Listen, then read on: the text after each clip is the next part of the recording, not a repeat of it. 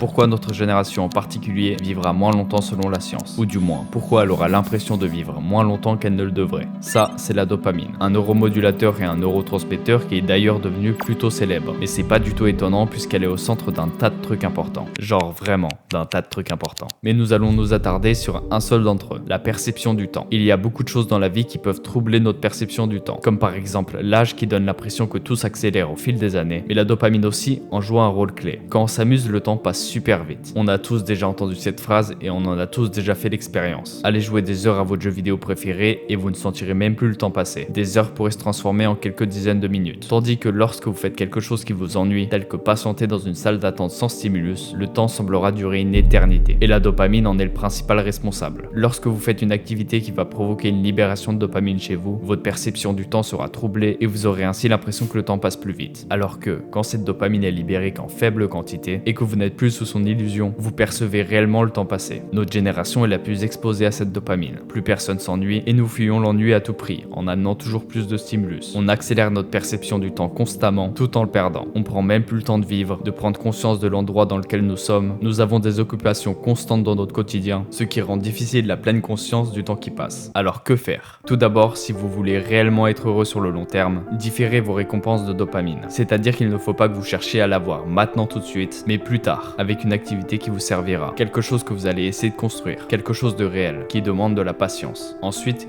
réduisez les distractions. Notre attention est tout le temps sollicitée, à cause des notifications, des réseaux sociaux, etc. Alors, réduisez-les. Et lorsque vous faites une activité, restez dans un état de concentration maximale sur elle, et elle seule. Arrêtez d'aller checker toutes les 2 secondes si vous n'avez pas un message sur votre téléphone. Écartez-moi ce téléphone et concentrez-vous sur une seule chose en même temps. Ressentez ce que vous faites, que ce soit marcher, lire, réviser, etc.